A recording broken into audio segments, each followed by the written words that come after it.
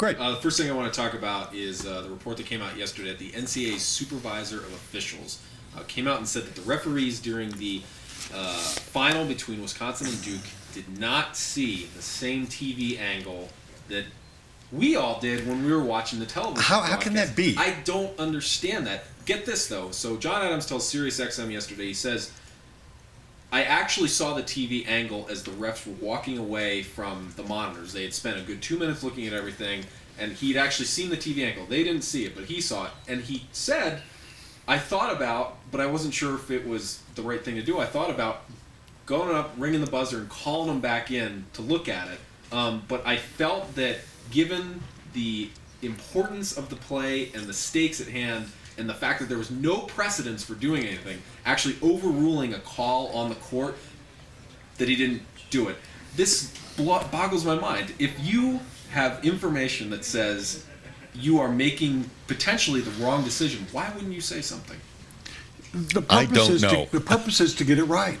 And you're right that if you had an opportunity there to right a wrong, you should really do it. And I'm just amazed that they didn't. I'm a bit surprised that that angle wasn't included in the original kind of array. That's a whole other question. I'm here to announce, though, and I say it all the time, college basketball officiating is the worst of all the sports. Pretty bad. And so I think that the more help they can get. So if it took another minute, you're talking about the national championship game. Get it right. Yeah. Get it right. I'm with you.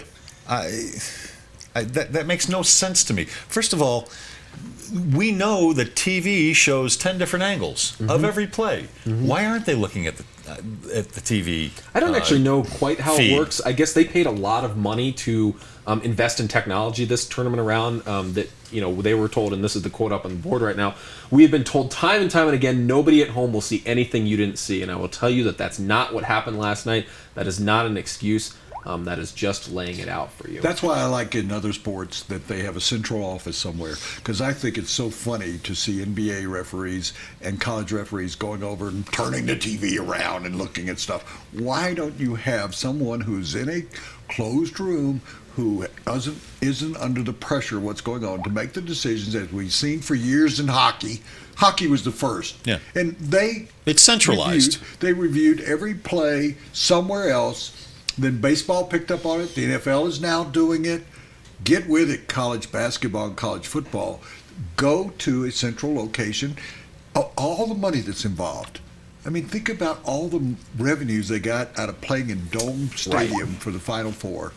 And they're splitting with all that. You can't take $1 million, $2 million, and make sure that the technology, because technology exists now, and that's why FIFA is so stupid. They have lagged behind everybody. They can't even put cameras on the goal line.